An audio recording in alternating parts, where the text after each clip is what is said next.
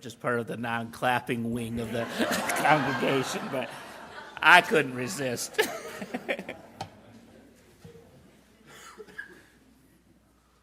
Who am I, and where do I belong? Who are you, and where do you belong? Who are we, and where do we belong? And who are they? And where do they belong?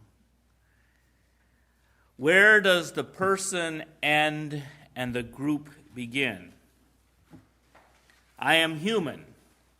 Does that separate me from other animals? I am male. Does that separate me from females? I am white. Does that separate me from people of color? I am educated. Does that separate me from the uneducated? I am a minister. Does that separate me from the congregation? I am a folk singer, which might separate me from both non-musicians and real musicians.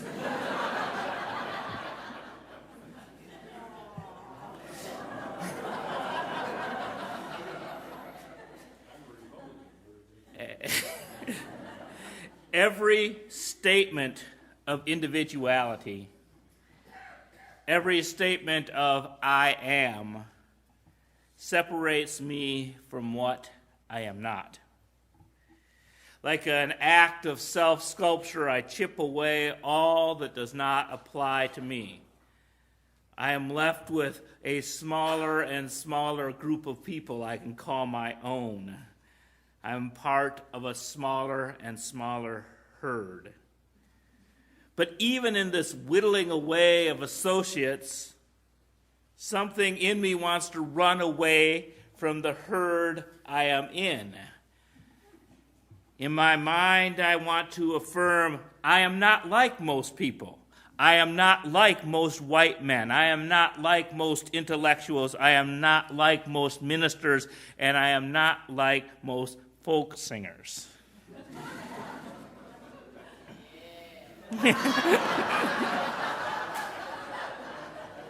I am defined by the groups I am part of, yet individuality calls me to break even those associations. A person strives to be unique because ultimately each person is unique, just like everybody else. Perhaps I feel this impulse because I'm American, steeped in the cultural myth of a man standing alone against nature, the lone cowboy riding into the sunset, or Thoreau in his lonely shack at Walden Pond. Now, Thoreau's experiment with individualism occurred on land borrowed from his friend Ralph Waldo Emerson, whose essay, Self-Reliance, is the definitive American expression of individualism. I'm going to read some from Emerson's words. To believe your own thought, to believe that what is true for you in your private heart is true for all men, that is genius. Speak your latent conviction, and it shall be the universal sense. For the inmost in due time becomes the outmost. Our first thought is rendered back to us by the trumpets of the last judgment. Trust thyself. Every heart vibrates to that iron string. There are the voices which we hear in solitude, but they grow faint and inaudible as we enter into the world. Society is a joint stock company in which the members agree for the better securing of his bread to each shareholder to surrender the liberty and culture of the eater. The virtue in most requests is conformity. Self-reliance is its aversion. It loves not realities and creators, but names and customs. Nothing at last is sacred but the integrity of your own mind. It is easy in the world to live after the world's opinion. It is easy in solitude to live after our own. But the great is the one who in the midst of the crowd keeps with perfect sweetness the independence of solitude. A foolish consistency is the hobgoblin of little minds, adored by little statesmen and philosophers and divine. With consistency, a great soul has simply nothing to do. He may as well concern himself with his shadow on the wall. Speak what you think now in hard words, and tomorrow speak what tomorrow thinks in hard words again, though it may contradict everything you said today.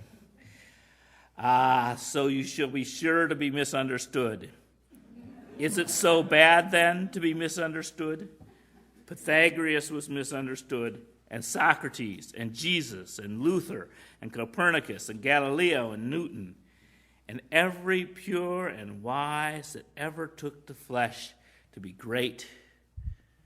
To be great is to be misunderstood.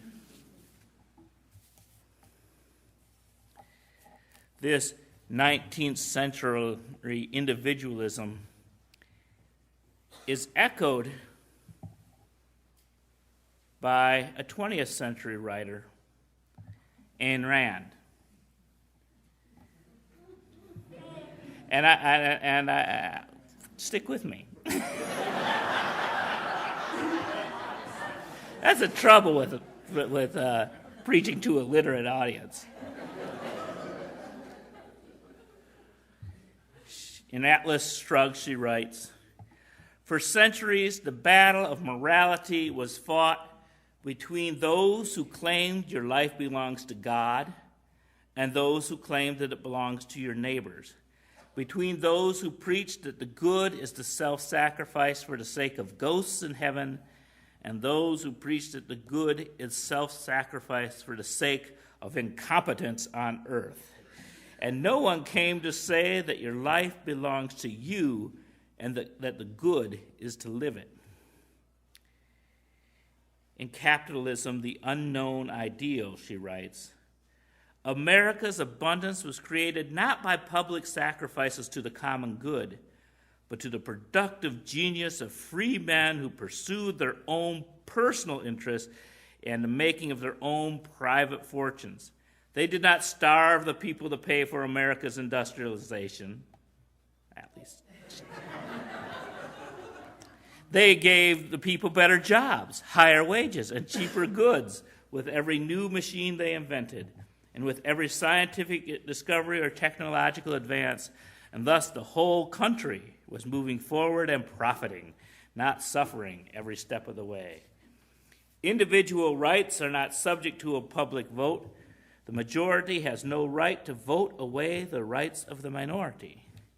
The political function of rights is precisely to protect minorities from oppressions by majorities." That one that I agree with is from a book called, or a writing called The Virtue of Selfishness. And I always love it when even women writers of the day use sexist language. "Man, every man, is an end in himself, not a means to end to others. He must live for his own sake, neither sacrificing himself to others nor sacrificing others to himself. He must work for his rational self-interest and the achievement of his own happiness as the highest moral purpose of his life." Reading Rand can be seductive, and it's been very seductive for many people because it seems very much like Emerson's talking about trust thyself, believe in thyself. But what Rand fails to see is that individuals are inherently connected. She sets up a false dichotomy between serving others and serving oneself. She did not see that connections between people, when uncoerced, can be for the benefit of all. Perhaps this is because she saw humanity as opposed to nature. In her book, Atlas Shrugged, the elite go to an island to withdraw from the rabble. She fails to see that the labor of the rabble created these captains of industry. The greatest genius needs people to bring dreams to reality. One might forgive her excess individualism. She escaped the Soviet Union as a young adult and was witness to the dangers of collective thought that the Nazis brought to World War II. She staked out the position of extreme individualism to ward against the dangers of the collective. And it's a voice that shouldn't be silenced because we need to hear all voices in order to hear this balance. But it was the collective effort that defeated Hitler. Eisenhower, no matter how great of a strategist, no matter how great of a general, would have been very lonely if he stormed the beaches of Normandy by himself. There is a distinction between the selfishness of Ayn Rand and the self-reliance of Emerson. Rand believed that the selfishness was to put oneself above the mass of ignorant humanity, whereas Emerson thought that trusting one's true self, one would find the universal self that unites all humanity. In his essay, History, which was printed in the same volume as Self-Reliance, he writes, "There is one mind common to all individual men. Every man is an inlet to the same and to all of the same. He is once admitted to the right of reason. He that is once admitted to the right of reason is made a free man of the whole estate. What Plato thought, he may think. What a saint has felt, he may feel. And what at any time has befallen any man, he can understand. Who has access to this universal mind is party to all that is or can be done, for this is the only and sovereign agent." Emerson's individuality protects one from the fashionable social mores of the day and allows a deeper understanding of our connectedness. For Rand, individuality is an end in itself. It means to separate oneself from the rest of humanity. It's about making oneself superior. The desire towards superiority is what Nazis did on a collective level. They defined their group as superior to other groups. An individual, when allowed into the dominant group, could feel superior.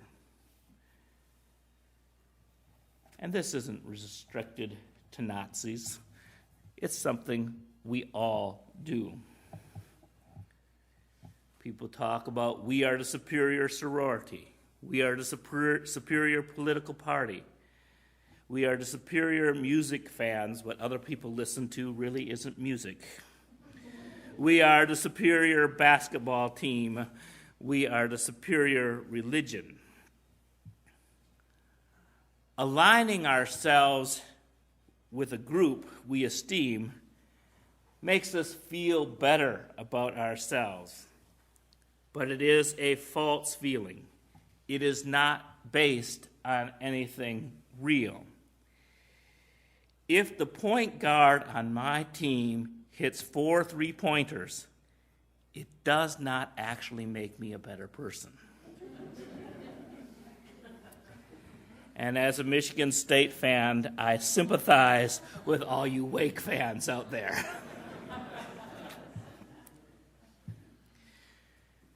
Because of our unconventional nature, I am sometimes asked if Unitarian Universalism is a cult. And I respond, we are the opposite of cult. No one is required to believe in a prescribed way.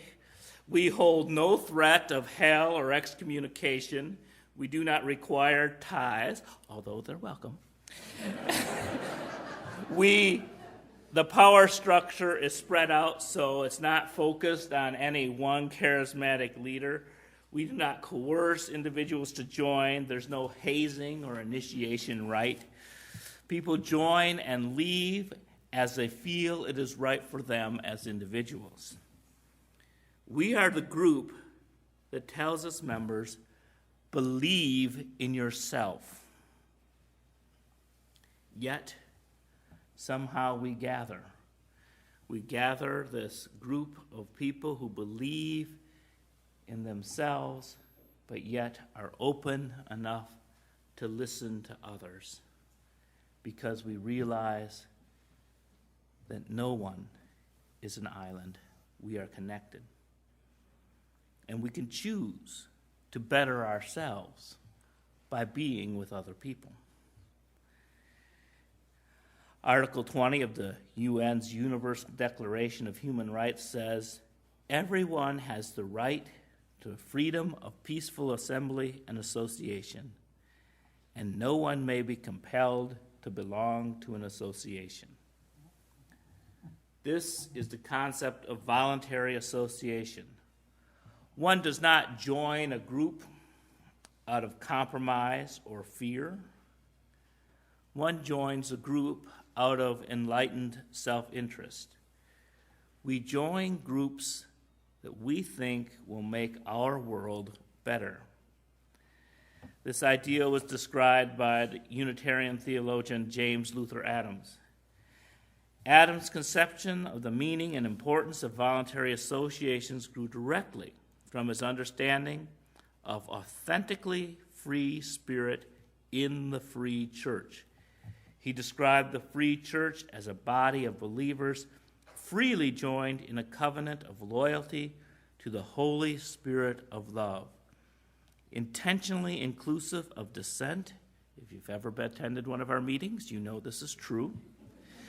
Governed by its own members and fiercely independent from government control, with the reign of spirit of love among members to be seen in their voluntary assumption of responsibility for the just character of their whole society.